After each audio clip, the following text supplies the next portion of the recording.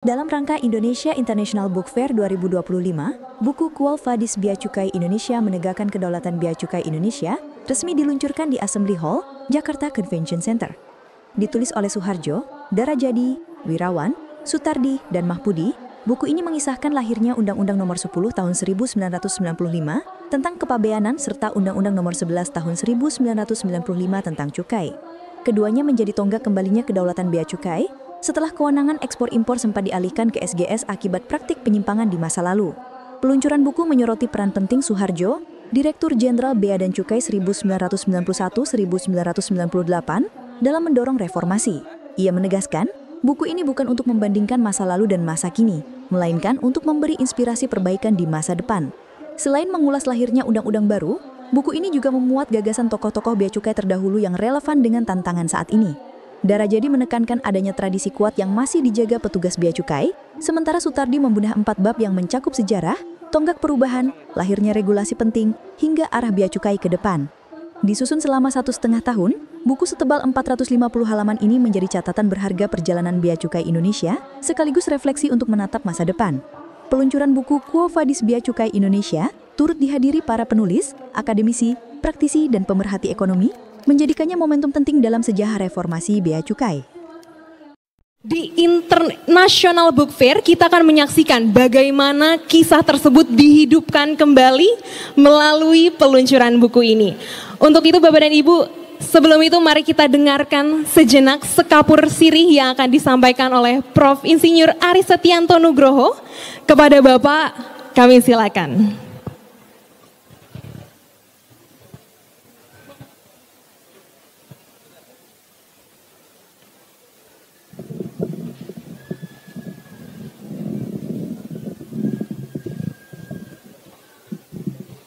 Bismillahirrahmanirrahim. Assalamualaikum warahmatullahi wabarakatuh. Salam sejahtera kita semua, Om Swastiastu, Namo Buddhaya, salam kebajikan. Yang kami hormati para senior yang hadir, Bapak Kardiman, Pak Mukrom, Pak Pandana Baban, Pak wartawan senior kami, Pak Bambang Wiwoho, Bapak-bapak, ibu-ibu, sesepuh dari Kementerian Keuangan, khususnya Direktorat Jenderal Bea dan Cukai, ada Bapak Agung Permana, Pak Soeharjo, Pak Darajadi, Pak Sutardi, Pak Wirawan, Pak Wiryono, Pak Edi Abdurrahman, Pak Thomas Sugiata, Pak Joko, Pak dan lain-lain yang kami tidak dapat sebutkan namanya satu-satu, Pak Bapak-bapak, ibu-ibu hadirin yang berbahagia. Pada kesempatan ini, perkenalkan kami mewakili para penulis menyampaikan sekapur sirih sebagai berikut.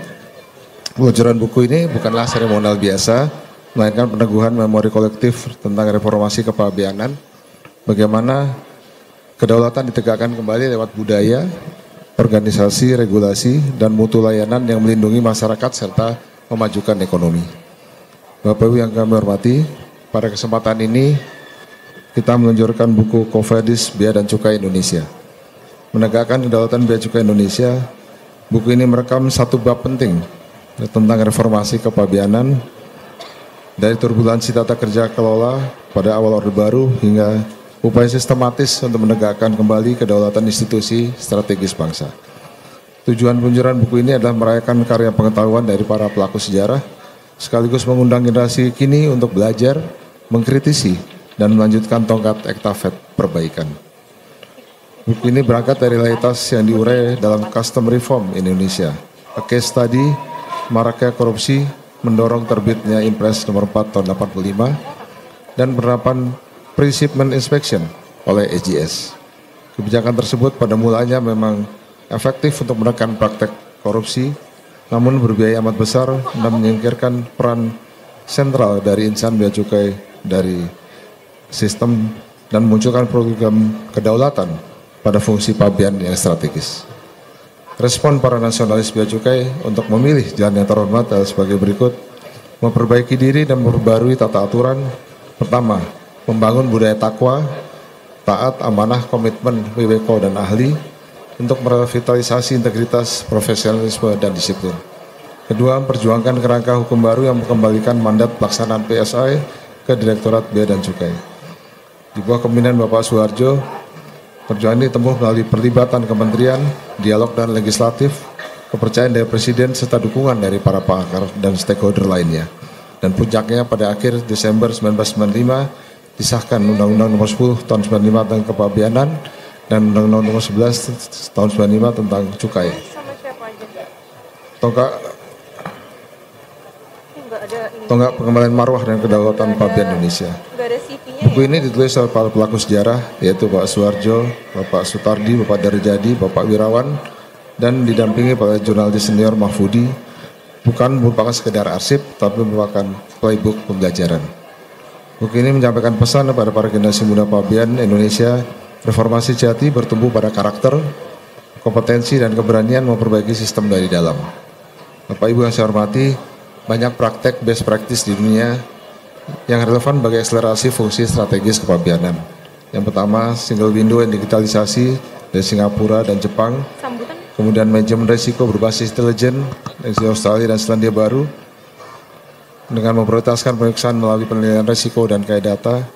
Ketiga, trusted trader atau risk economic operator di Uni Eropa dan Amerika Serikat yang membuktikan bahwa kemitraan berbasis compliance akan percepat clearance sebagai pelaku usaha berisiko rendah, serta analitik data lanjutan yang dilakukan oleh Korea. Menampilkan data integrasi lintas otoritas dengan risk scoring dan pre-arrival processing. Kemudian kemitraan publik, swasta, dan konsultasi kebajikan, trade contact group di Eropa, dan standar global, yaitu harmonisasi pada kerangka WCO SAFE, harmonisasi sistem dan kesepakatan WTO, TFR, dan lain-lain. Mengadaptasi praktek-praktek tersebut tanpa kehilangan jati diri akan memperkuat kinerja Bea Cukai yang selama ini memiliki fungsi yaitu revenue collector, community protector, trade facilitator, dan industrial assistance. Intinya, pelayanan modern yang transparan, efisien, dan responsif adalah fondasi kedaulatan ekonomi, perlindungan publik, serta kemajuan industri nasional. Akhirnya kami menyampaikan penghargaan kepada para penulis, para guru bangsa, dan seluruh insan Bea dan Cukai yang telah menorehkan teladan selama ini. Semoga buku ini menjadi inspirasi kebijakan, rujukan akademis, dan panduan praktek untuk menjaga kedaulatan sekaligus meningkatkan kualitas layanan publik. Selamat membaca, selamat belajar, dan mari melangkah dari niat baik menuju tata kelola yang unggul.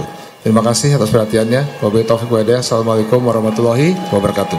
Waalaikumsalam warahmatullahi wabarakatuh. Boleh berikan tepuk tangan yang lebih meriah lagi Bapak dan Ibu. Terima kasih banyak Bapak Aris Setianto atas pengantar yang hangat pada sore hari ini. Hadirin yang berbahagia, tibalah kita di detik yang paling ditunggu, prosesi peluncuran buku Quo Vadis Perjalanan Merebut Kembali Kedaulatan Bea Cukai Indonesia. Tanpa berlama-lama, izinkan saya untuk mengundang para penulis buku Quo Vadis untuk bergabung bersama dengan saya di sini, Bapak dan Ibu, kepada Bapak Suharjo, Bapak Darajadi, Bapak Wirawan, Bapak Sutardi, Bapak Mahfudi, untuk bergabung bersama dengan saya di sini, Bapak.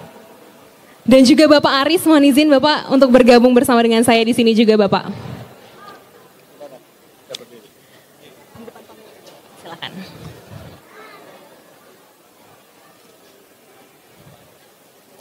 Mohon izin Bapak, para penulis dan juga editor untuk dapat memberikan jarak satu sama lain ya Bapak, izin.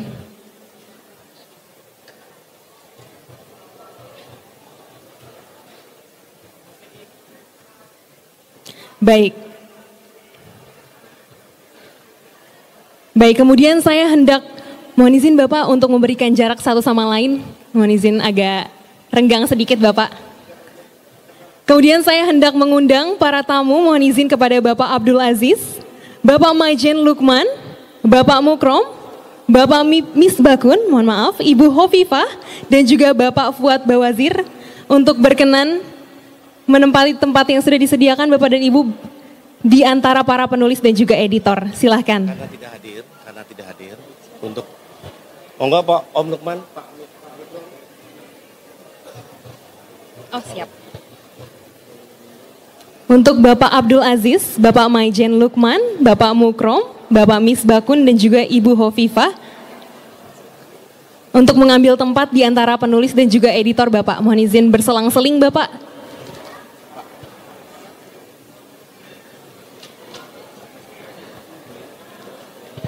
Kurang 2 lagi. Kami mengundang juga Bapak Nur Supriyadi dan juga Bapak Anwar.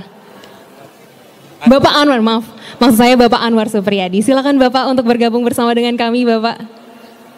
1 lagi. 1, 2, 3. Ada lagi, Prof? Udah cukup ya? Pak Permana, Bro. Siapa? Bapak Pandana Baban.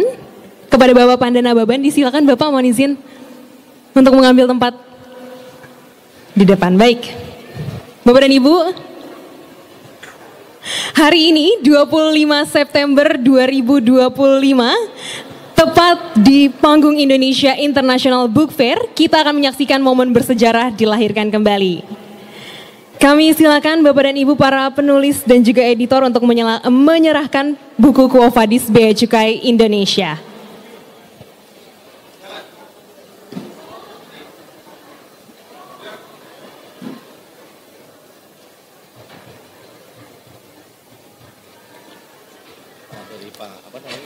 Dari Pak, sorry. Silakan Bapak untuk diterima, untuk Bapak penulis Bapak.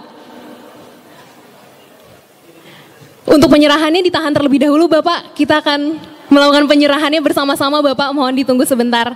Untuk para penulis silakan mengambil bukunya Bapak, mohon izin.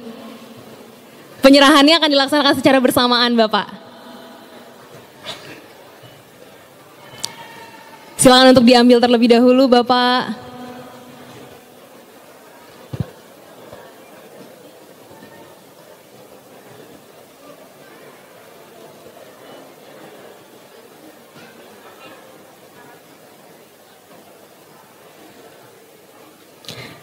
Baik Bapak dan Ibu, kami silakan kepada para penulis dan juga editor untuk melakukan penyerahan buku Quo Vadis Bea Cukai Indonesia kepada para tamu undangan. Silakan Bapak boleh berikan tepuk tangan yang meriah Bapak dan Ibu.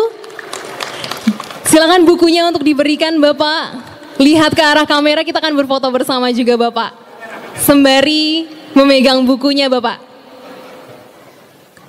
Silakan Bapak untuk melihat ke arah kamera. Bukunya silakan dipertunjukkan Bapak ke arah kamera. Nah betul Bapak, silakan Bapak. Tepuk tangan yang meriah, silakan Bapak dan Ibu. Kita foto bersama terlebih dahulu.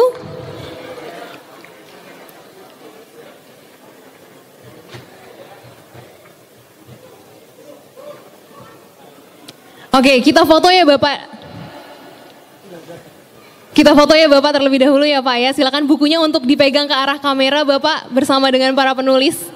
Silakan lihat ke arah kamera Bapak dalam 3, 2, 1. Sekali lagi Bapak 3, 2, 1. Terima kasih banyak hadirin sekalian, prosesi yang baru saja kita saksikan menandai bahwa buku Quo Vadis Bea Cukai Indonesia telah resmi diluncurkan. Bapak dan Ibu, tak lama lagi Bapak dan Ibu dapat menjumpai buku ini di berbagai toko buku maupun platform e-commerce. Lebih dari sekedar peluncuran sebuah karya, momentum ini menjadi pengingat perjalanan panjang Bea Cukai dalam mengemban amanah negara dan menjaga kedaulatan bangsa Indonesia. Dan Pak Edi Abdurrahman. Kami juga mengundang Bapak Thomas dan juga Bapak Edi Abdurrahman untuk maju ke depan Bapak dan Bapak untuk menerima buku dari Bapak Suharjo. Silakan Bapak.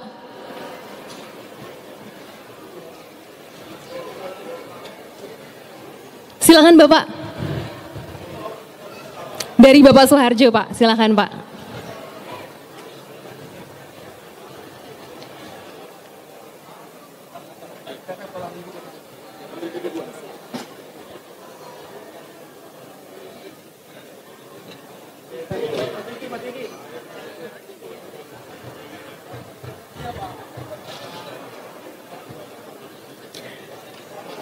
Bapak dan Ibu, lebih dari sekedar peluncuran sebuah karya, momentum ini adalah pengingat Bapak dan Ibu, pengingat perjalanan panjang Bea Cukai dalam mengemban amanah negara dan juga menjaga kedaulatan bangsa.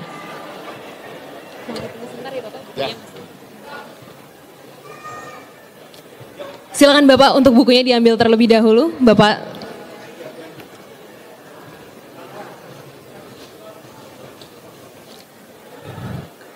Silakan berfoto terlebih dahulu, Bapak. Dalam 3, 2, 1. 3, 2, 1. Oke.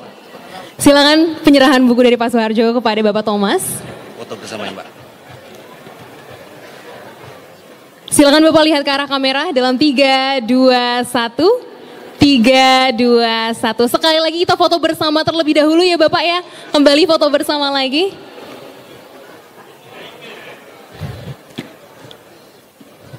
Oke, sudah siap Bapak, kita foto bersama terlebih dahulu. Silakan lihat ke arah kamera.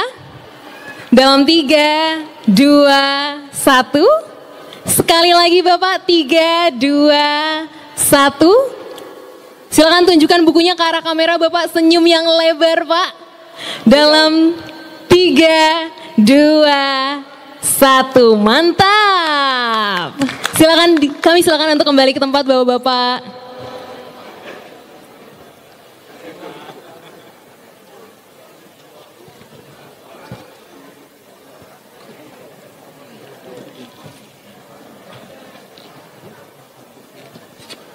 Cukup.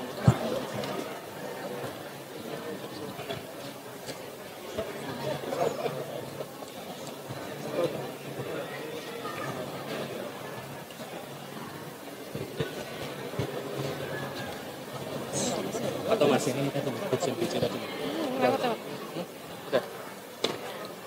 Hadirin sekalian, prosesi yang baru saja kita saksikan menandai bahwa buku Quo Vadis Bea Cukai Indonesia telah resmi diluncurkan Bapak dan Ibu.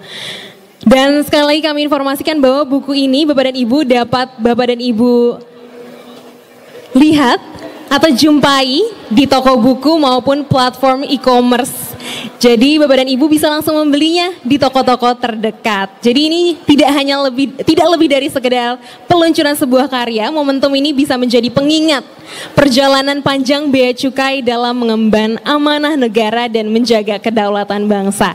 Bapak dan Ibu, untuk melengkapi peristiwa bersejarah ini, marilah bersama kita simak sambutan yang akan disampaikan oleh Bapak Thomas. Kepada Bapak kami silakan.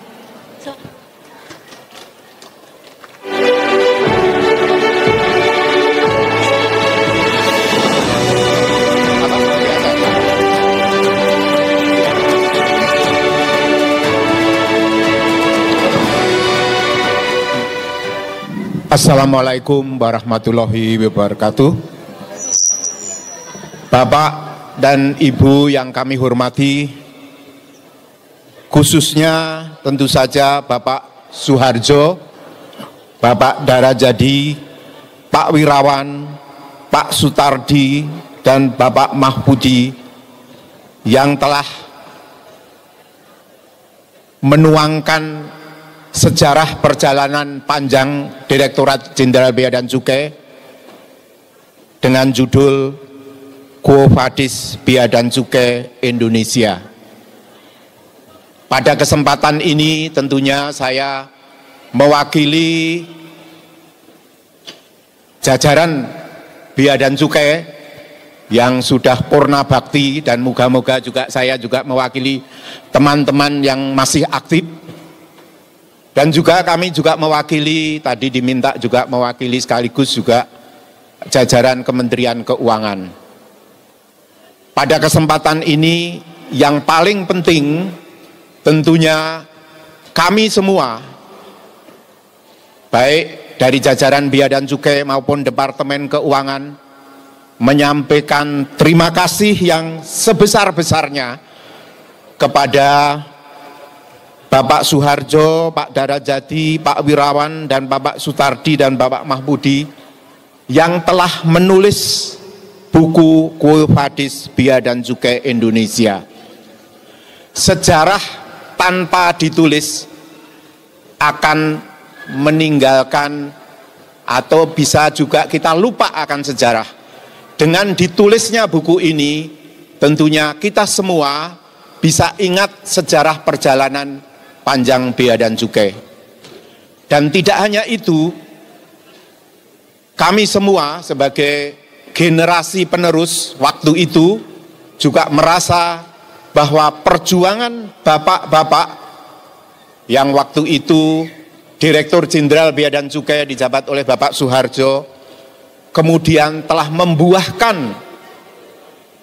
undang-undang kepabeanan dan undang-undang cukai, dan disitulah undang-undang tersebut adalah betul-betul menegakkan kedaulatan bea cukai di Indonesia.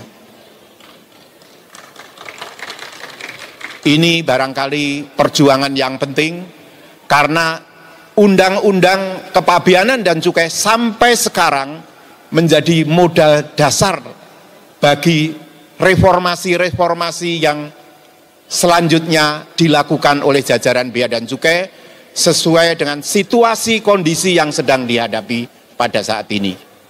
Sekali lagi kami mewakili jajaran para purna bakti, para pegawai yang masih aktif baik Departemen Keuangan maupun Direktorat Jenderal Bea dan Cukai mengucapkan terima kasih atas karya bakti bapak-bapak yang telah menuliskan Quo Vadis Bea Cukai Indonesia, menegakkan kedaulatan bea cukai Indonesia. Terima kasih. Wassalamualaikum warahmatullahi wabarakatuh.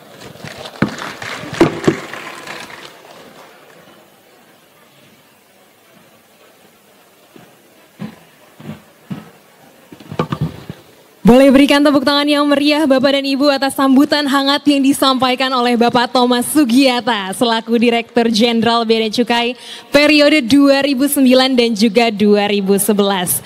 Hadirin yang berbahagia, peluncuran sebuah buku tentu akan lebih bermakna bila kita bisa menyelami isi dan juga gagasan yang terkandung di dalamnya. Karena itu, saat ini Bapak dan Ibu kita akan memasuki sesi inti, yakni diskusi dan juga bedah buku Quo Vadis Bea Cukai Indonesia. Namun, agar kita lebih mengenal sosok-sosok di balik lahirnya karya besar ini, izinkan saya Bapak dan Ibu terlebih dahulu untuk membacakan profil para penulis dan juga editor yang telah mendedikasikan pengetahuan, pengalaman dan pemikirannya untuk buku ini. Dan menariknya Bapak dan Ibu, salah satu penulis juga akan menjadi moderator di sesi diskusi ini. Yang pertama Bapak dan Ibu, ada Bapak Dr. Andes Darajadi. Bapak Darajadi lahir di Solo 16 Januari 1940. Beliau mengabdi di Bea Cukai sejak 1963 hingga 1999 serta pernah menjadi komisaris BUMN, Ketua Delegasi ASEAN Customs Meeting Group 1992 dan APEC Customs Symposium 1994, dan beliau juga merupakan seorang penulis buku dengan karya-karya yang luar biasa Bapak dan Ibu. Ada Perang Sepanjang, Geger Pecinan, dan Mr. Sartono Demokrasi. Dan beliau pernah menempuh pendidikan di Sekolah Penilik Pabean, Canadian Customs College, dan juga LAN. Dan untuk penulis yang kedua Bapak dan Ibu, beliau adalah Bapak Soeharjo. Lahir di Solo 20 Mei 1941, meniti karir dari staf dasar Bea Cukai hingga menjabat sebagai Direktur Jenderal Bea dan Cukai pada tahun 91 sampai dengan 98. Beliau pernah bertugas sebagai intelijen Indonesia Malaysia di Singapura dan mengikuti pendidikan kepabeanan di Kanada. Dan saat menjabat sebagai Direktur Jenderal Bea dan Cukai, beliau mengkonsolidasikan organisasi Bea Cukai Bapak dan Ibu, meluncurkan corporate culture takwa dan memimpin reformasi hukum, melahirkan undang-undang kepabeanan serta undang-undang cukai. Selanjutnya Bapak dan Ibu, penulis selanjutnya adalah Bapak Sutardi. Lahir di Klaten 19 Juli 1951, beliau mengabdi di Bea Cukai sejak tahun 1972 hingga 2006. Dan jabatan terakhir beliau adalah Kasubdit Tempat Penimbunan di Kantor Pusat Bea Cukai dan Inspektur di Itjen Kemenkyu. Dan beliau adalah seorang penulis juga Bapak dan Ibu, penulis buku catatan dan komentar terhadap Undang-Undang Kepabeanan serta belasan artikel kepabeanan lainnya. Beliau pernah menempuh pendidikan di Akademi Bank Indonesia, Fakultas Hukum UI dan Master dari Western Illinois University. Dan penulis selanjutnya Bapak dan Ibu, mohon maaf, ada Bapak Wirawan Sahli. Beliau lahir di Solo 11 November 1950. Beliau memulai karir di Bea Cukai Surakarta dan pernah menjabat sebagai Kepala Kantor Bea Cukai Bandung sebelum purna tugas di tahun 2006. Pasca pensiun, beliau menjadi konsultan di Harsono Strategic Consulting dan Ketua Komite Kadin Indonesia pada tahun 2015 sampai dengan tahun 2020. Beliau merupakan lulusan Fakultas Hukum UI dan Pendidikan Kepabeanan di Pusdiklat Bea Cukai. Penulis selanjutnya Bapak dan Ibu, maksud saya editor, mohon maaf. Editor, ada Prof. Dr. Insinyur Aris Setianto Nugroho. Beliau lahir tahun 1960 maksud saya. Dia adalah seorang guru besar ilmu manajemen Universitas Pancasila. Dan beliau adalah editor buku Quo Vadis Bea Cukai Indonesia. Beliau merupakan lulusan terbaik Teknik UI, Magister Manajemen UI, dan Doktor di Manajemen Bisnis IPB.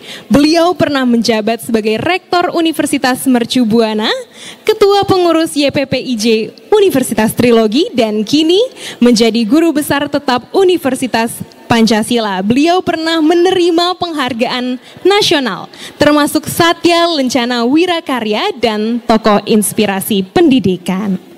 Dan penulis dan juga moderator pada hari ini Bapak dan Ibu ada Bapak Mahpudi. Lahir di Cirebon 26 Juli 1965, menyelesaikan S1 Kimia di IKIP Bandung, S1 Public Relations di Unpad, dan Magister Pembangunan di ITB. Karir beliau meliputi Direktur Pendidikan Lembaga Manajemen dan Komputer Bandung, Direktur Kreatif Percetakan, penyunting majalah hingga jurnalis harian Surabaya Pos. Beliau juga merupakan penulis buku Jejak Pak Harto di Atas Perangko dan Pak Harto di Untold Stories.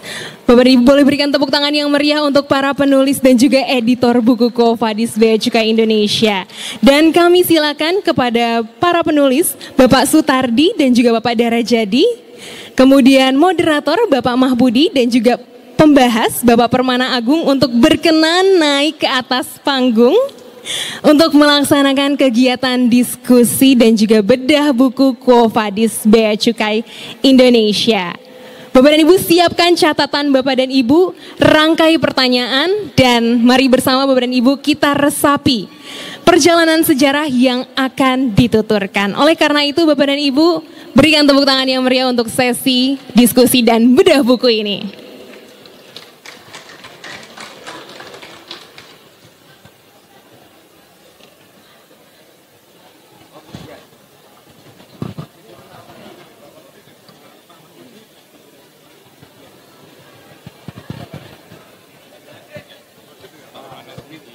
Oke, ini Bapak ini membahas terus ya.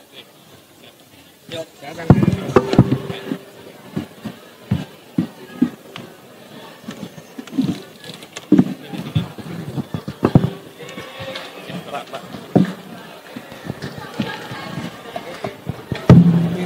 Iya ya. Minumnya ya Mbak. Baik. Bismillahirrahmanirrahim. Assalamualaikum warahmatullahi wabarakatuh. Salam sejahtera untuk kita semua. Mari kita panjatkan puji syukur kita kepada Allah Subhanahu wa taala yang pada sore hari ini bisa menghadirkan kita semua di sebuah acara yang luar biasa, Indonesia International Book Fair. Dan salah satu momen hari ini yang juga tidak kalah luar biasa adalah peluncuran buku berjudul Quo Vadis Bea Cukai Indonesia. Saya ingin memberikan pengakuan terlebih dahulu bahwa kalau melihat biografi saya bukan orang bea cukai. Tetapi karena saya sebagai seorang jurnalis banyak berinteraksi dengan para senior-senior Bea Cukai, pada suatu waktu saya diberikan kesempatan untuk membantu menuangkan pemikiran-pemikiran para senior di Bea Cukai. Alhamdulillah, setelah 1,5 bulan saya bergumul dan bergaul dengan para senior, akhirnya kita bisa melahirkan sebuah buku yang menurut saya ini sangat-sangat penting dan perlu menjadi tonggak bagi insan Bea Cukai khususnya, tetapi bukan hanya insan Bea Cukai, tapi juga bangsa Indonesia.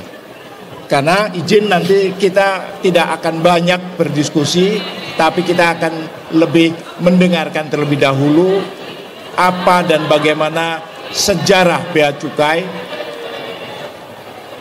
di Indonesia, terutama pada satu momen yang luar biasa, yaitu ketika Bea Cukai berada pada titik nadir, ketika awal Orde Baru, pemerintah Republik Indonesia dalam hal ini Presiden Soeharto memberikan pelajaran kepada Direktorat Bea Cukai dengan mengalihkan sebagian pekerjaannya kepada pihak swasta, dan di mana dengan hal itu menimbulkan sebuah problem di lingkungan Bea Cukai, yakni hal-hal yang nanti akan kita bahas tentang bagaimana kemudian para insan Bea Cukai yang dengan patriotiknya kembali memulihkan kepercayaan pemerintah, sehingga saat ini Bea Cukai dipercaya kembali menangani seluruh kegiatan-kegiatan yang berkenaan dengan aktivitasnya. Jadi buku ini akan berfokus pada suatu fase tahun 1991 sampai 1998. Baik, saya tidak ingin berpanjang lebar. Kita akan dengarkan para penulis, dalam hal ini pelaku sekaligus juga pelaku sejarah. Ada Pak Darajadi. Terima kasih Pak Darajadi. Tadi biodatanya sudah dikenalkan. Nanti pada giliran kedua kita berikan kesempatan pada Pak Sutardi yang nanti banyak mengupas tentang apa dan bagaimana Undang-Undang nomor 10 dan nomor 11 tahun 1995. Dan pada bagian berikutnya kita juga mendengarkan bahasan dan telaahan dari bagaimana Pak Permana Agung sebagai orang di dalam pada masa itu juga terlibat dalam proses pembuatan undang-undang tersebut, kemudian menelaah dari sebelah dari kejauhan hari ini ya Pak tentang situasi Bea Cukai. Ya, baik, tanpa berpanjang lebar, mari kita simak kesempatan pertama kepada Pak Darajadi tentang apa dan bagaimana Quo Vadis Bea Cukai Indonesia. Dipersilakan.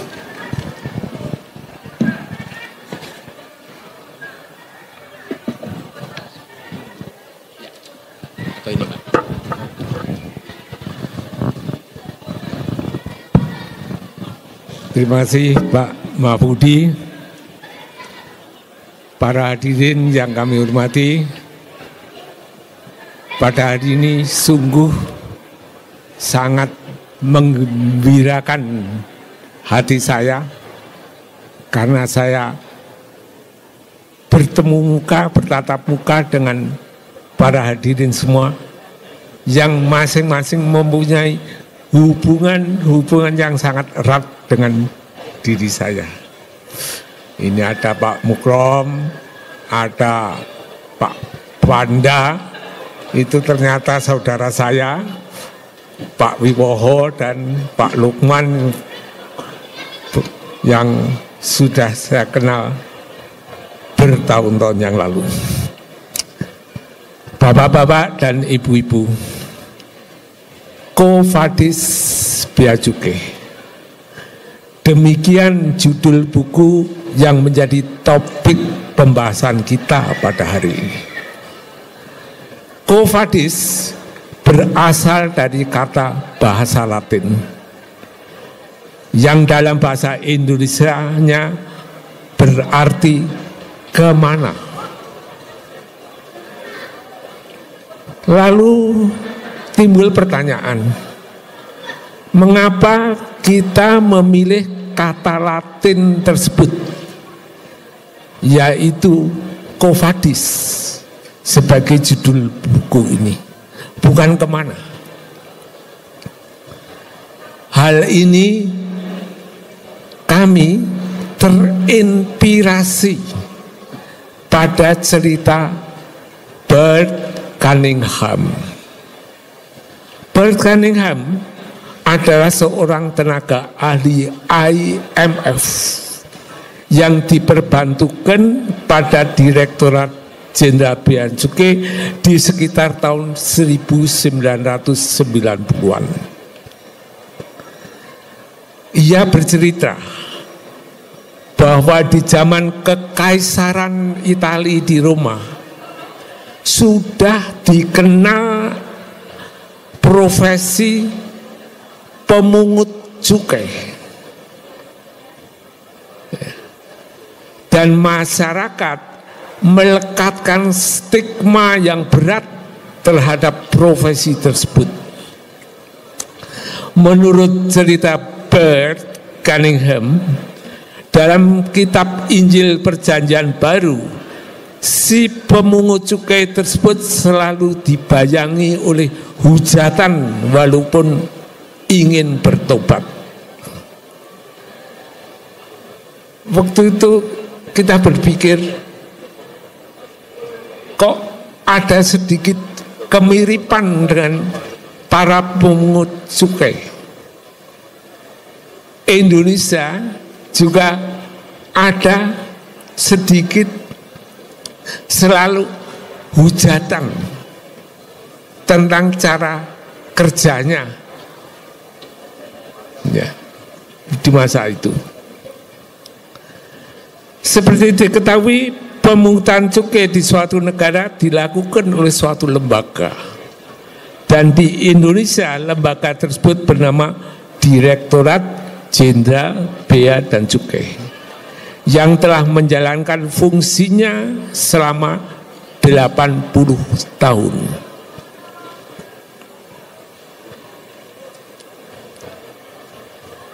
Quo vadis Bea Cukai Indonesia merupakan pertanyaan yang terserap dari para stakeholders terhadap kinerja Bea Cukai Indonesia selama 10 windu.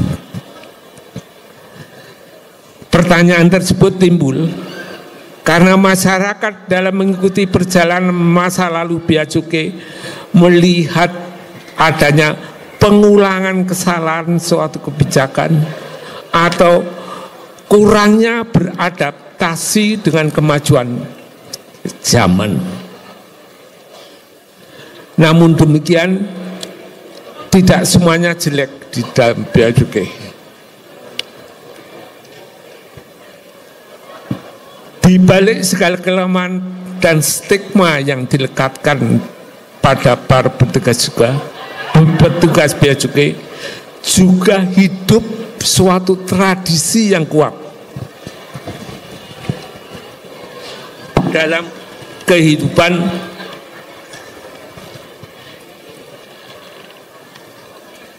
kehidupan pelaksanaan tugas mereka sehari-hari. Namun terkadang hal tersebut kurang tersampaikan ke publik. Saya mengambil salah satu contoh dari tradisi yang kuat di Bea Cukai. Apa? Mohon dicatat, dalam sejarah Bea Cukai Indonesia belum pernah ada seorang oknum Bea Cukai yang terlibat dalam penyelundupan narkotik.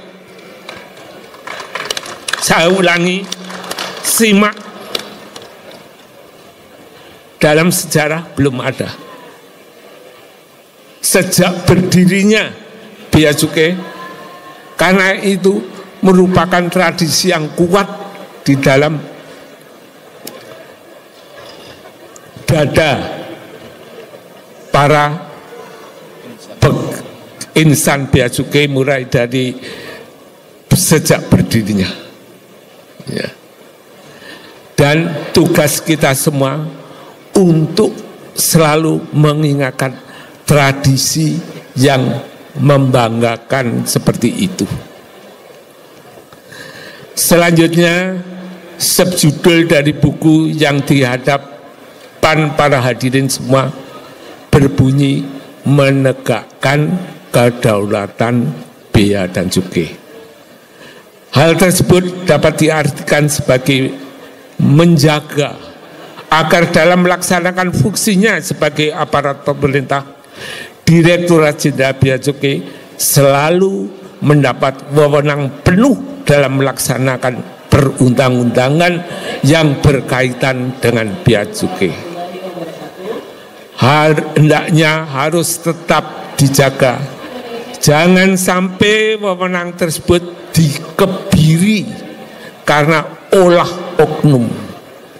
Kita pernah memiliki pengalaman yang pahit dengan berlakunya Inpres 4 tahun 1985. Demikian Terima kasih yang dapat kami sampaikan. Terima kasih, kalau ada salah khilafnya mohon dimaafkan. Mari kita beri aplaus. Sebuah penjelasan yang sangat gamblang dan sangat mendalam maknanya tentang pilihan judul dari Quo Vadis Bea Cukai Indonesia. Dan saya ingin menggarisbawahi ada sebuah momen yang penting sekali untuk menjadi dasar pemahaman kita tentang betapa berharganya buku ini bagi perkembangan Bea Cukai, yaitu lahirnya Undang-Undang Nomor 10 dan Nomor 11 tahun 1995 sebagaimana tadi disampaikan sebagai upaya menegakkan kembali Bea Cukai Indonesia. Terima kasih Pak Darajadi. Baik, lanjut kita kepada Pak Sutardi yang akan memberikan penjelasan ringkas tentang isi buku ini. Kami persilakan Pak. Terima kasih Pak.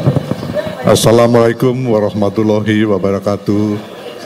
Salam sejahtera bagi kita semua. Salam, Om Swastiastu, Namo Buddhaya, salam kebajikan.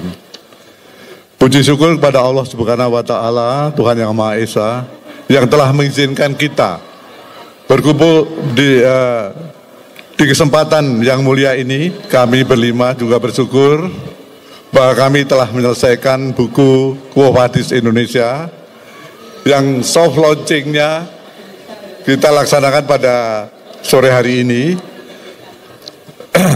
Adapun maksud dan tujuan kami dalam menulis buku ini antara lain kita bisa meninggalkan suatu legacy kepada generasi Bea Cukai saat ini dan Bea Cukai yang akan datang, di mana dalam buku itu terselip suatu pembelajaran yang kiranya bisa menjadi cermin bagi generasi Bea Cukai saat ini dan Bea Cukai di masa mendatang untuk membawa institusi Bea Cukai ini yang kita cintai ini ke arah yang lebih baik. Kami atas nama penulis juga mengucapkan terima kasih kepada Bapak Soeharjo yang telah mensponsori semuanya penulisan buku ini dan yang telah kita selesaikan bersama-sama pada hari ini. Bapak Ibu pengunjung launching Quo Vadis Bea Cukai Indonesia, buku ini kami tulis bersama-sama kira-kira selama 1,5 tahun. Agak terlambat memang, lambat karena pada waktu itu kita sebulan sekali hanya bertemu. Namun 6 bulan terakhir kita agak intensif ketemu seminggu sekali dan alhamdulillah sekarang sudah selesai dan berada di depan Bapak Ibu sekalian. Jadi buku ini kami tulis ini secara garis besar kami bagi dalam 4 bab. Yang pertama mengenai sejarah Bea Cukai Indonesia Di situ kita gambarkan mulai masa klasik, yaitu pada zaman kerajaan di Nusantara ini, di mana kerajaan-kerajaan itu juga sudah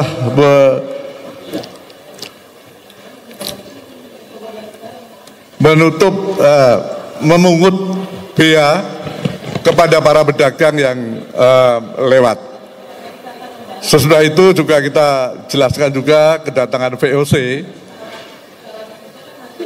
dengan hak oktroinya, terutama hak untuk memungut pajak, di mana VOC pada waktu itu dalam memberitahukan kepada masyarakat bahwa ada barang-barang yang harus dikenai bea masuk, bea keluar maupun bea angkutan terus, itu melalui plakat-plakat yang dipasang di tempat-tempat yang ramai, tempat kedatangan penumpang, kemudian juga di sositet, kemudian juga mungkin juga di pasar-pasar, sehingga di situ kalau istilah sekarang berlaku juga fiksi hukum. Fiksi hukum itu artinya bahwa kalau suatu peraturan sudah diumumkan, semua dianggap mengetahui. Dan itu juga dilanjutkan pada pemerintahan kolonial Belanda. Cuma kolonial Belanda sudah agak modern, di mana peraturan-peraturan itu sudah ada dasar hukumnya, yaitu wet atau undang-undang. Dan itu juga diundangkan dalam satu Stadsblad. Dan Stadsblad, kalau sekarang ini lembaran negara, itu juga menganut suatu fiksi hukum, di mana kalau sudah diundangkan, orang dianggap mengetahui. Sebetulnya fiksi hukum ini diambil dari hukum Romawi kuno, Bapak Ibu sekalian, di mana dulu Kaisar Romawi masih dalam negara kota ya, city state.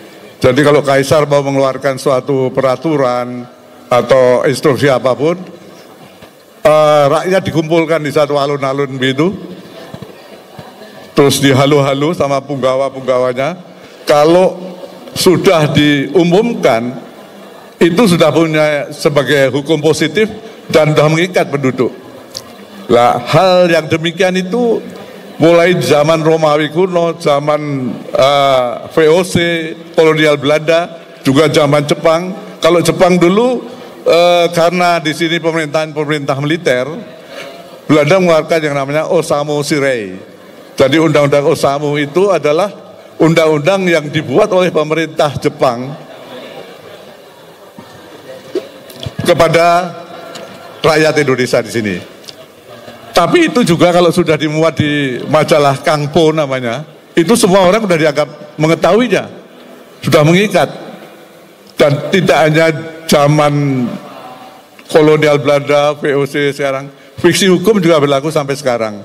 Dianut oleh seluruh negara di dunia.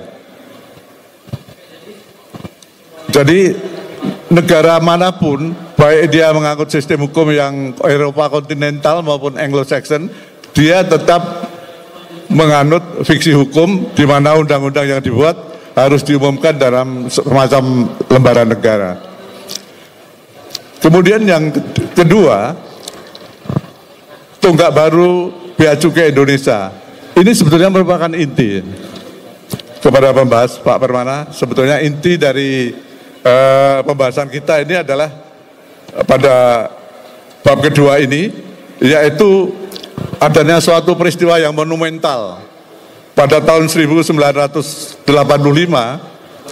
di mana pemerintah mengeluarkan suatu Inpres 85. Kenapa saya bilang ini monumental? Karena itu tadi, ini Inpres ini sangat kontroversial.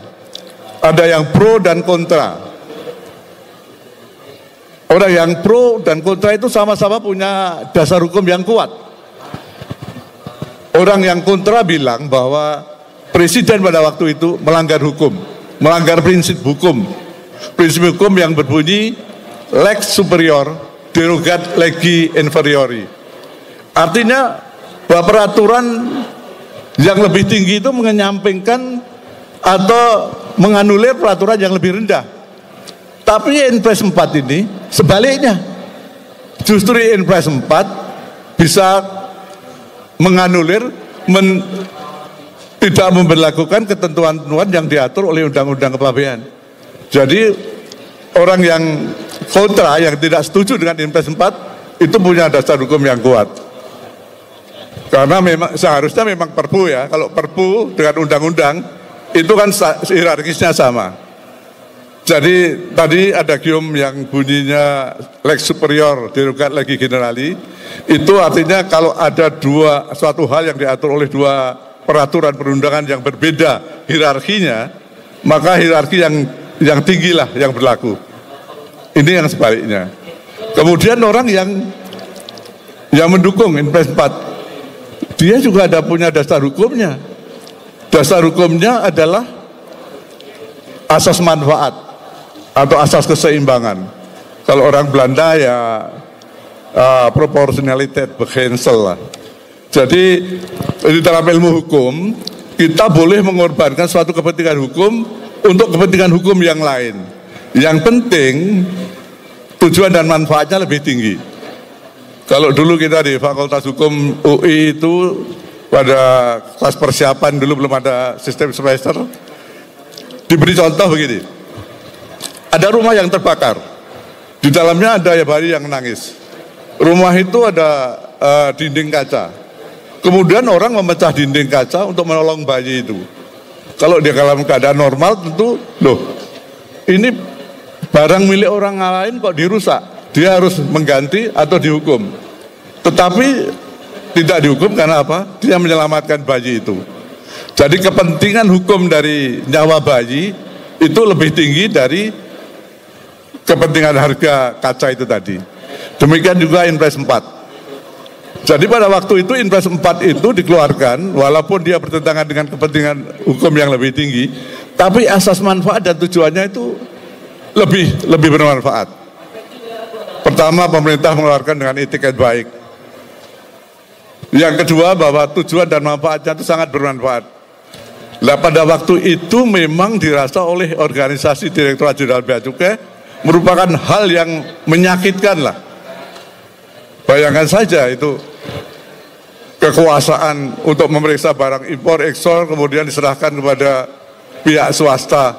Dan itu tidak pernah terjadi. Jadi kemarin waktu saya podcast di kantor pusat ditanyakan oleh moderator juga. Ya tapi ya itulah yang terjadi dan ternyata pada waktu itu pemerintah lebih mengutamakan namanya tujuan dan manfaatnya ketimbang dasar hukumnya. Kalau orang tua kita dulu bilang dul mateheidnya lebih dipentingkan daripada reh mateheidnya. Itu yang terjadi. Jadi dua-duanya itu yang pro kontra sama-sama kuat di situ.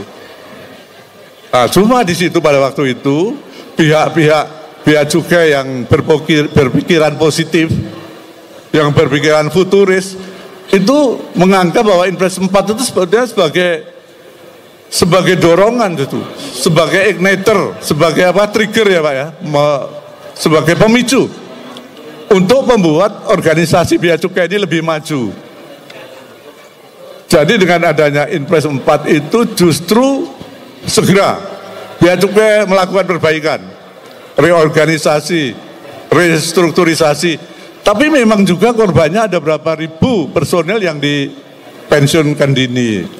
Ya tadi itu ekses lah.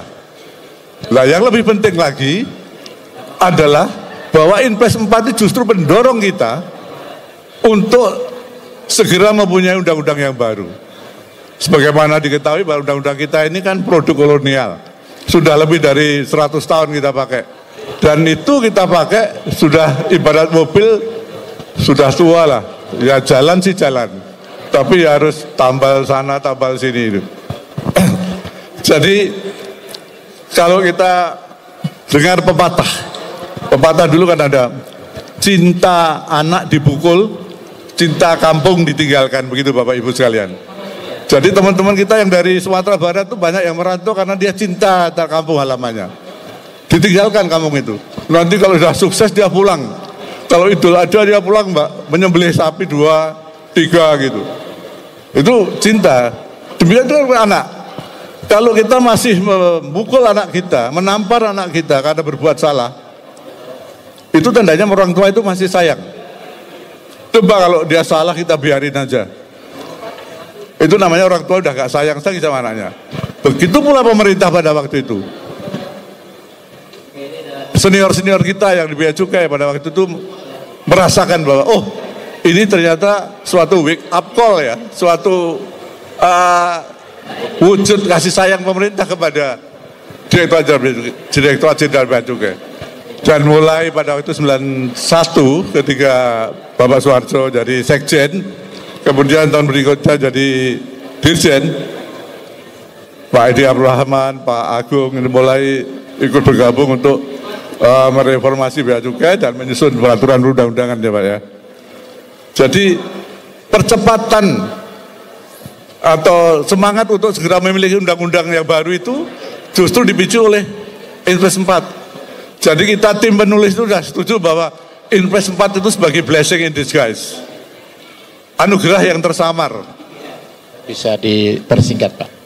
Yang tadinya kelihatannya menyakitkan, tetapi seperti jamu Pak, pahit tapi sehat kita. Oke Pak ya. Kemudian setelah yang ketiga kelahiran Undang-Undang Kepabeanan, terjadi beberapa pergantian pucuk pimpinan dan itu membawa hal yang positif juga. Ada Pak Martiono, ada Pak Agung, Pak Edi Abdurrahman dan seterusnya, yang itu membawa Bea Cukai ke arah yang lebih baik. Di situ pada Pak Anwar Supriyadi kalau nggak salah, saya juga anggota tim ini melakukan amandemen ya Pak Anwar ya pada waktu itu. Saya ikut mendampingi beliau juga di DPR. Kebetulan saya yang ikut 10 ketemu Pak Bukhron,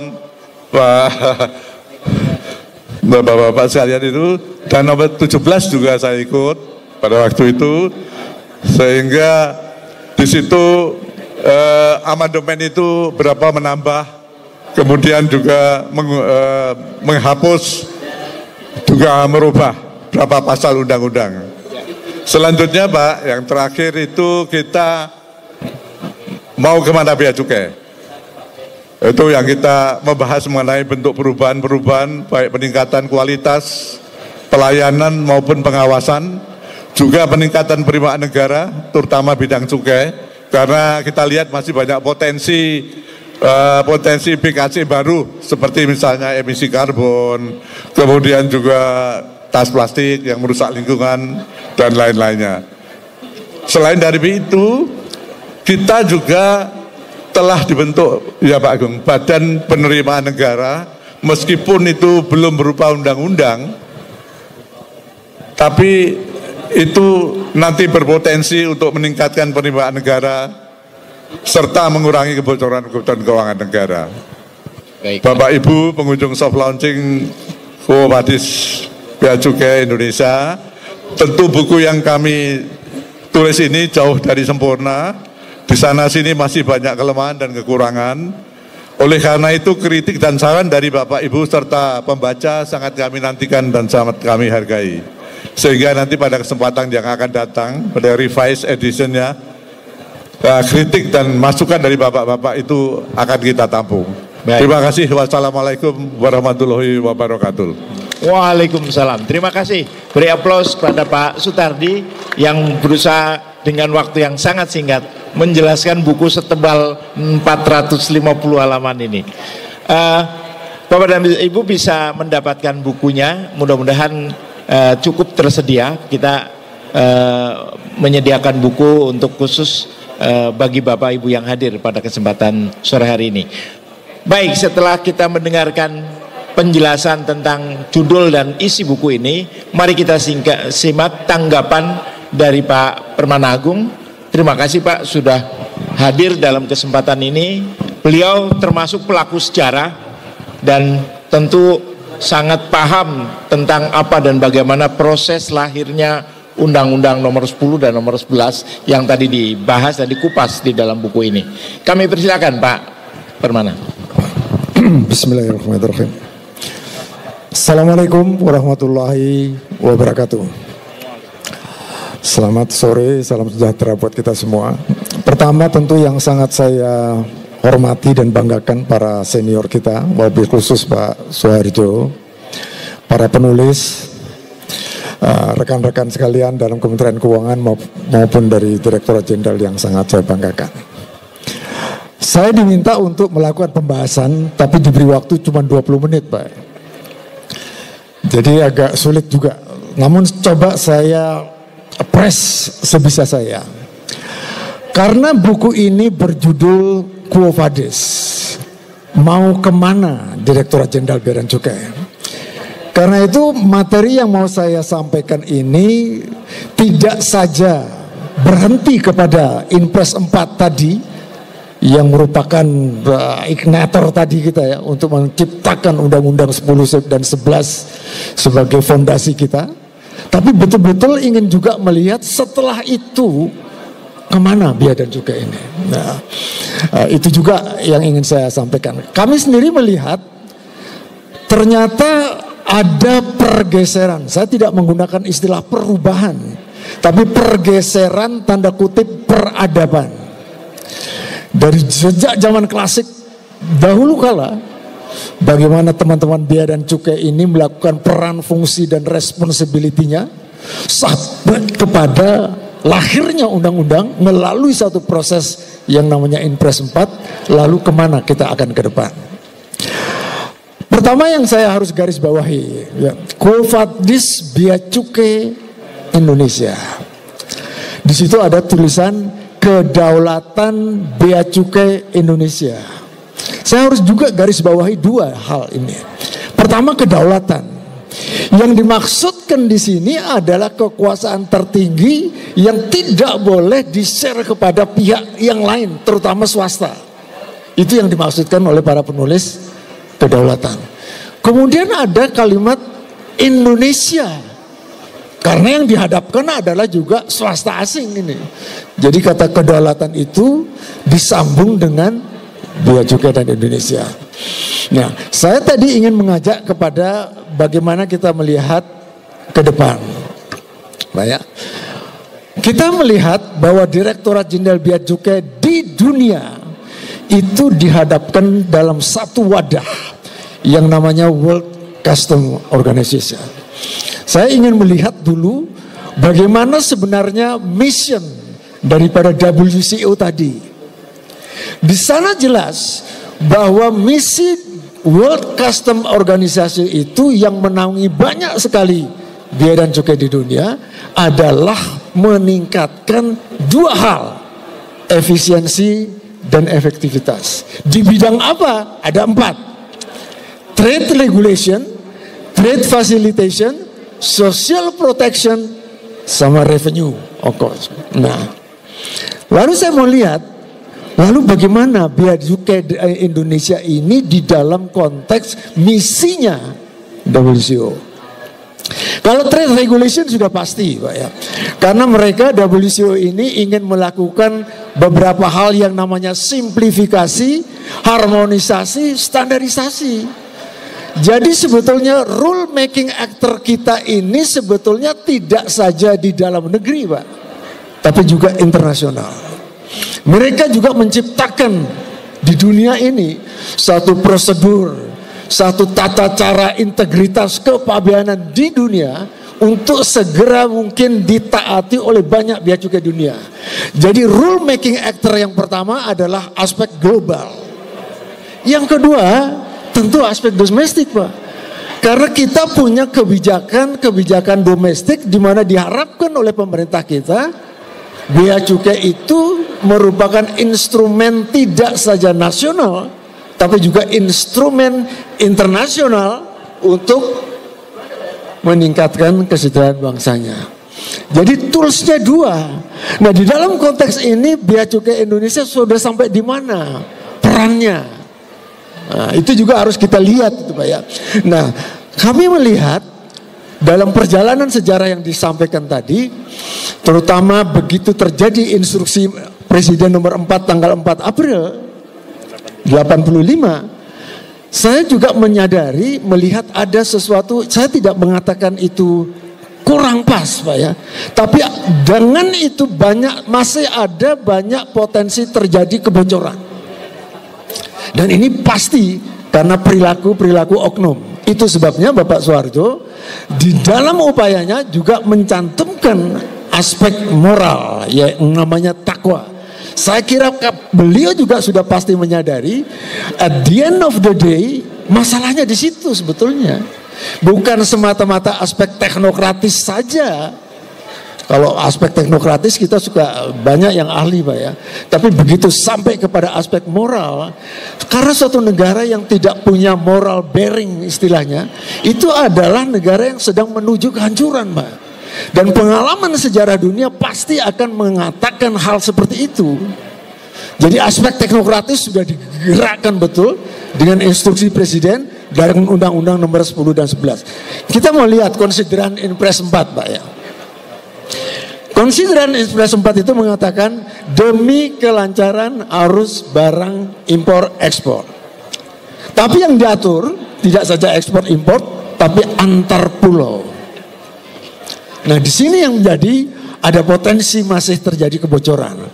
Teman-teman semua pasti tahu, kalau ada barang import misalnya yang datang dari luar negeri, mau diterimakan di Surabaya, kapalnya singgah di Jakarta. Lalu dari Jakarta meneruskan ke Surabaya. Ini sudah banyak diklaim sebagai antar pulau, Pak. Dari Jakarta ke Surabaya. Padahal di situ masih ada barang-barang import yang belum diselesaikan biaya masuknya, Pak. Nah ini kalau tidak ada verkliker dari bea cukai di Jakarta ke temannya di Surabaya, bisa bablas itu, Pak. Nah ini pengaturan mengenai impres itu disaut semua. Semua harus disimplifikasi termasuk antar pulau. Bea cukai tidak boleh lagi punya tangan mengawasi itu. Itu sebabnya banyak sekali terjadi kayu, boksit dan sebagainya, hasil timah dan sebagainya dari Papua misalnya akan dibawa ke luar negeri, tapi begitu armada bea cukai cegat itu, mereka katakan ini antar pulau, Pak. Jadi lepas lagi, Pak. Tapi di tengah-tengah mereka lari lagi ke luar. Jadi itu yang kami melihat di dalam aspek pengaturan teknokratis itu pasti mungkin aja, karena fraud itu tidak bisa hilang 100%. Karena itu sebabnya tadi takwa tadi diatur, nah ya. Kemudian juga itu sebabnya Bapak sekalian, di dalam Undang-Undang nomor 10 dan 11 itu ada pasal-pasal yang mengatur sebetulnya antar pulau, tapi juga masih sedikit vague. Karena apa? Karena banyak sekali pada saat itu kementerian, lembaga lain yang masih keberatan, Pak, kalau bea cukai intervensi kepada antar pulau, Pak. Nah, lalu dicarilah jalan tengah, keluarlah pasal 2, pasal 24 daripada Undang-Undang Dasar nomor 10. Yang mau saya tekankan itu di sini, Pak. Ini kelemahan kita. Saya agak berani mengatakan kelemahan, Pak. Berkaitan sama penerimaan negara selalu menggunakan premis optimalisasi penerimaan. Kalau saya merasakan harusnya maksimalisasi penerimaan, bukan optimal, Pak. Karena ini dua hal ini sangat berbeda. Kalau optimal itu adalah hasil terbaik yang bisa saya capai, Pak, ya, tanpa saya harus mengganggu semua yang menghambat saya, Pak. Itu optimal, Pak. Ini masih menghalang, ini masih menghalang karena saya tidak bisa. Ini yang terbaik yang saya bisa lakukan. Itu optimal.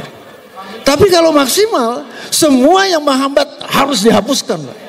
Itu baru maksimal. Jadi penerimaan negara itu harus maksimal, bukan optimal, Pak. Saya mau kasih contoh. Ini mungkin Pak Pandani yang sering diskusi sama saya dulu. Ada satu keluarga, suami, istri, anak masih kecil, lalu menonton sepak bola dengan ada tembok setinggi inilah kira-kira. Suami bisa lihat karena cukup tinggi, istri cuma matanya saja kelihatan, anaknya karena masih kecil tidak bisa. Secara teknokratis ada dua variabel yang namanya equality, equity, tapi yang terakhir saya akan introduksi yang namanya justice, keadilan. Kalau equality, Pak, negara itu harus menyediakan masing-masing satu peti, Pak. Suaminya yang sudah bisa lihat tambah bisa lihat, istrinya hanya matanya sekarang bisa lihat, anaknya belum bisa lihat. Tapi negara melakukan equality berikan satu-satu peti, Pak. Itu equal. Tapi kalau equity, perpajakan pasti paham ya, ada equity yang horizontal maupun vertikal. Kalau equity yang diberikan sesuai kebutuhan, bukan sama. Jadi kalau anak itu supaya bisa lihat, mungkin 4 peti dikasih. Istrinya 1 peti saja, suaminya tidak usah lagi. Itu equity. Jadi betul-betul diberikan sesuai yang dibutuhkan. Itu equity. Kalau justice, Mas Panda, kalau keadilan kita bicara, bukan lagi sibuk mengatur peti-peti, temboknya dibongkar. Jadi tanpa negara keluar biaya untuk menyiapkan peti-peti, semua langsung bisa lihat pertandingan. Itu justice, Pak. Itu konsep justice. Jadi berbeda dengan equality, equity. Nah, perundang-undangan teknokratis kita ini jangan sampai juga hanya sekedar berhenti di aspek teknokratis, Pak. Alasannya mencapai ke penerimaan negara. Itu pun masih optimal, bukan maksimal. Jadi betul-betul harus digitukan. Lalu yang kedua yang ingin saya sampaikan. Di dunia sekarang ini terjadi perubahan. Makanya ini yang saya maksudkan dengan terjadi pergeseran. Bapak sekalian perhatikan. Sekarang ada free trade area. Negara-negara dalam satu kawasan berkumpul bersama-sama membuat perjanjian kalau berdagang antar kita tidak boleh ada hambatan perdagangan. Kan gitu, Pak, free trade area. Tapi mereka janji kalau berdagangan dengan negara-negara di luar mereka apapun bebas kebijakannya. Itu namanya free trade area. Makanya ada ASEAN free trade area, Latin American free trade area, North American free trade area, semua itu cirinya. Antar mereka no restriction, tidak ada pembatasan. Tapi di luar itu bebas. Tapi kemudian dunia ini bergeser lagi, Pak. Ya, mereka kumpul lagi, nambah lagi persyaratan. Bagaimana kalau sekarang berhubungan dengan negara-negara di luar itu, kita samakan rule perdagangan internasional kita. Namanya bukan free trade area lagi, tapi namanya customs union. Itu sebabnya Jerman itu dulu namanya Zollverein. Sebelum dia menjadi negara, dia adalah perkumpulan ekonomis itu, Pak. Jadi sepakat itu, Pak. Jadi custom union itu antar mereka bebas, dengan negara lain sama kebijakan perdagangannya. Lalu masih bergerak lagi. Kita mendengar namanya common market, Pak, ya. Common market itu begini, Pak. Di 2 tadi syarat ditambah lagi 1 syarat. Semua faktor produksi bebas bergerak dari satu negara ke negara lain.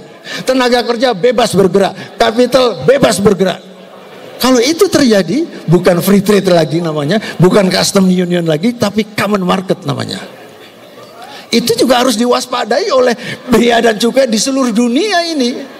Bagaimana kalau ini semua sampai terjadi? Apa yang terjadi dengan kita? Itu juga harus dimulai. Itulah makanya Quo Vadis mau kemana kita. Yang terakhir, Pak. Yang terakhir adalah kalau mereka lalu bergabung menyatakan begini. Bagaimana kalau kita satukan lagi kebijakan fiskal, kebijakan moneter kita untuk semua atas nama kita anggota. Itu bisa terjadi, Pak. Itu namanya bukan common market lagi, tapi economic union. Jadi ada free trade area, ada custom union, ada common market, ada economic union, Pak. Semua ini pergeseran-pergeseran peradaban sebetulnya, Pak. Lalu bagaimana custom itu merespon itu? Bapak dan Ibu sekalian, saya kira paham.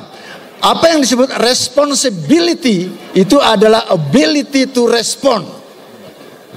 Kata responsibility artinya kemampuan kita merespon kepada sesuatu. Yang semua pergeseran ini bagaimana merespon kita? Itu responsibility, Pak. Ya, jadi kita harus itu. Nah, yang terakhir tadi yang saya sampaikan Pak Tardi, Badan Penerimaan Negara. Ini walaupun perpresnya sudah ada, RPJMN-nya sudah ada, masih menunggu perintah Bapak Presiden. Tapi itu ada potensi Quo Vadis bea cukai ini. Mau kemana bea cukai ini? Karena pada saat badan itu nanti terbentuk, Pak, Direktorat Jenderal Pajak, Bea Cukai, PNBP itu akan menjadi satu. Bukan berarti hilang semua identitasnya, Pak. Nah, di sini saya perlu bahas sedikit, Pak, ya.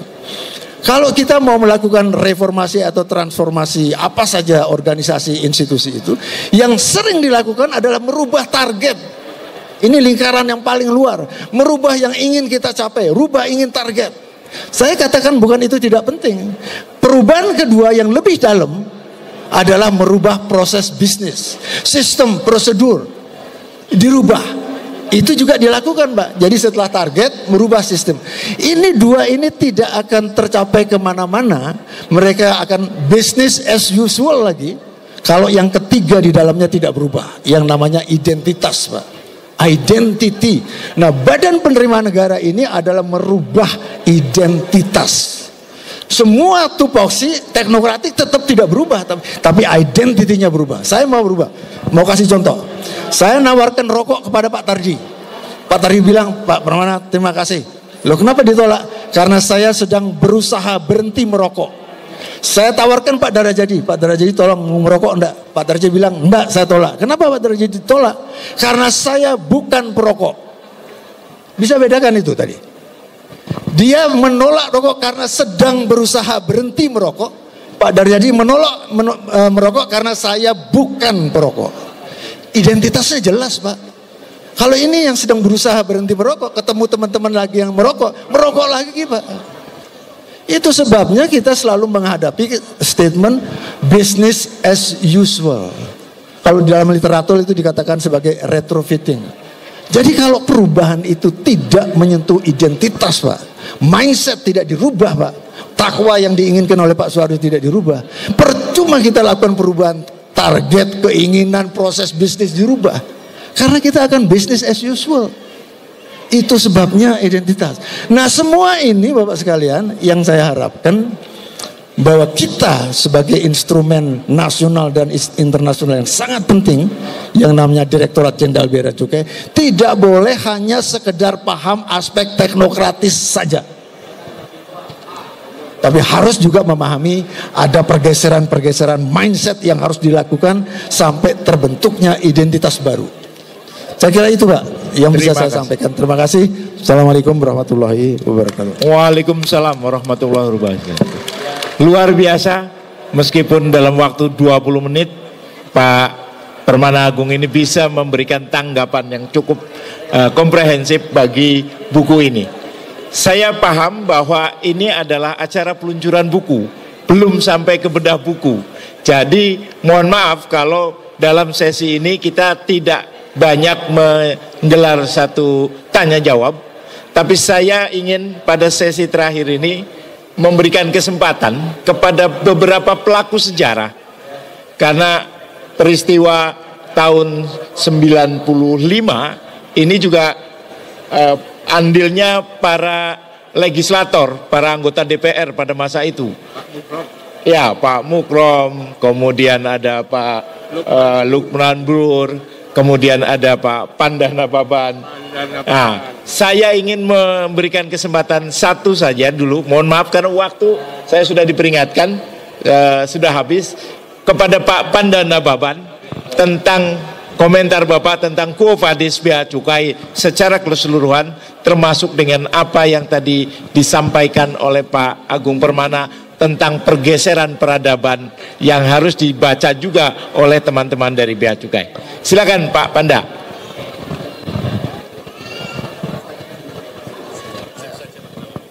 Dari sini aja? Ya. Boleh di sini, Pak. Merdeka. Ini pertemuan kayak sejarah. Saya masih ingat dari mulai zaman Slamet dan Sudirjo, kemudian sebelumnya Pak Padang, kemudian tahapannya sampai kemudian Pak Tahir, dan seterusnya termasuk Permana dan sebagainya.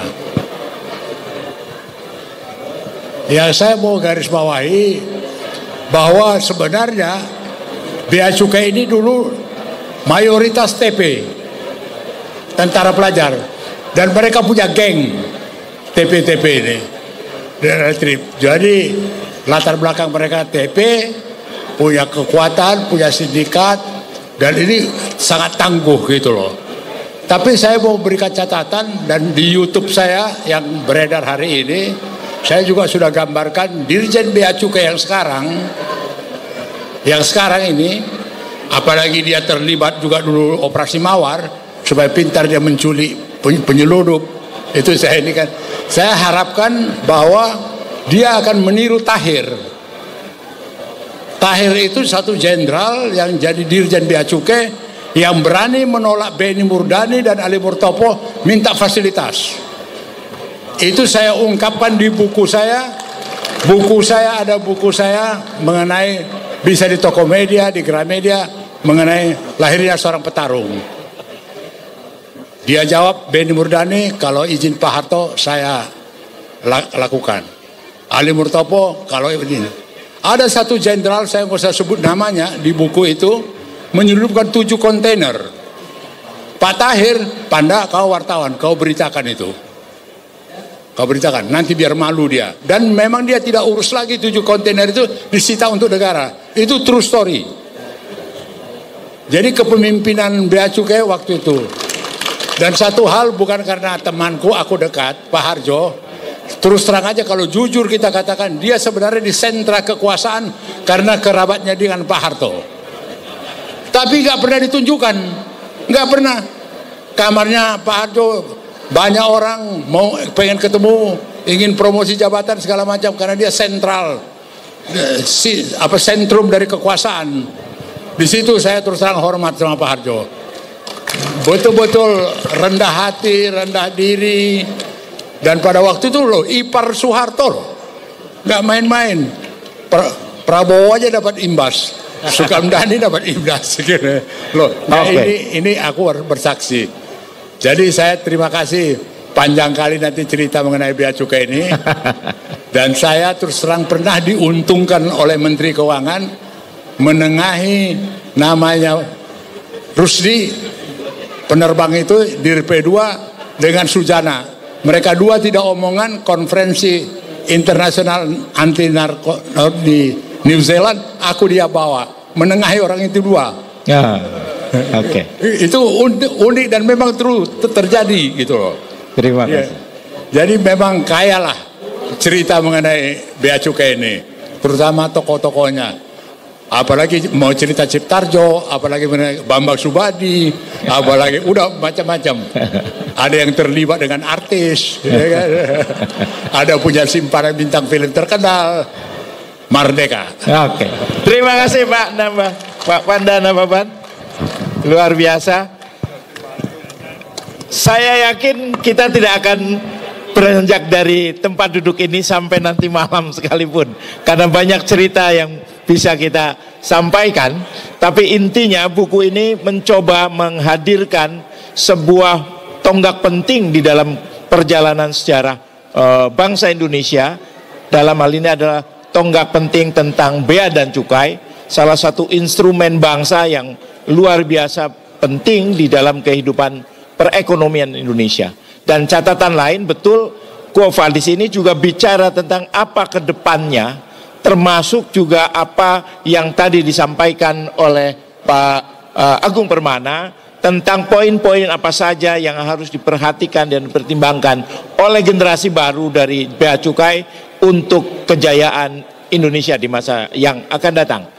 Oleh karena itu saya ingin menyampaikan terima kasih kepada semua pihak yang hadir pada kesempatan hari ini, kepada para penulis, kepada Pak Harjo yang tadi sudah disampaikan begitu support, mendukung kehadiran buku ini, dan kepada rekan-rekan Bea Cukai yang masih aktif, mohon buku ini menjadi catatan, mohon menjadi tonggak penting untuk dibaca, menjadi referensi bagi teman-teman semua di Bea Cukai. Akhir kata saya tutup dengan ucapan billahi taufiq wal hidayah. Wassalamualaikum warahmatullahi wabarakatuh. Waalaikumsalam. Terima kasih banyak. Berikan tepuk tangan yang meriah Bapak dan Ibu. Kami ucapkan terima kasih banyak kepada Bapak Mahpudi, Bapak Sutardi, Bapak Darat Jadi, dan juga Bapak Permana Agung.